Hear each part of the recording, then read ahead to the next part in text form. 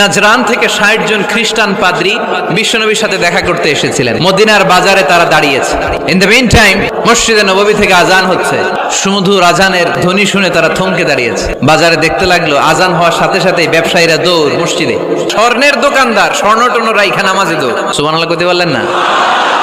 এই দৃশ্য দেখে খ্রিস্টানরা অবাক, কয় থাক আর দেখা করার দরকার নাই। কিভাবে মুহাম্মদ সাল্লাল্লাহু আলাইহি ওয়াসাল্লাম গোটা বিশ্ব কবজায় এনেছে এই দৃশ্যই দেখে আমরা বুঝতে পেরেছি। তারপর অনেকে বললো এত দূর থেকে এসেছি মিটিংটা করে যাই। জোহরের নামাজের পর তাদের দুধ যে বলল খ্রিস্টান পাদ্রী এসেছে ৬০ জন। বিশ্বনবী বিপাকে পড়ে গেলেন, হায় হায় কই বসতে দিব, আমার তো তাদের মতো রাজপ্রাসাদ নাই। এক সাহাবী বললেন, ইয়া রাসূলুল্লাহ পাহাড়ের পাশে ছায়া আছে, চলেন ওইখানে বসি। আর এক সাহাবী বললেন, ইয়া রাসূলুল্লাহ আমার খেজুর বাগান, খেজুর পেড়েছি, খেজুর পাতা দিয়ে একটা বিছানা করে দে, ওইখানে বসি, কেমন হয়? রাসূল সাল্লাল্লাহু আলাইহি ওয়াসাল্লাম বললেন না।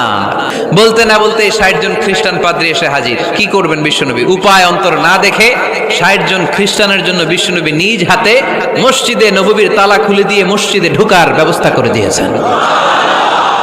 বিশ্বনবী খ্রিস্টান খোঁজে নাই, ইহুদি খোঁজে নাই, ওটা নাস্তিকের বাচ্চা কিনা ওইটা খোঁজে নাই। বিশ্বনবী দুই চোখ দিয়ে দেখেছে এরা মানুষ।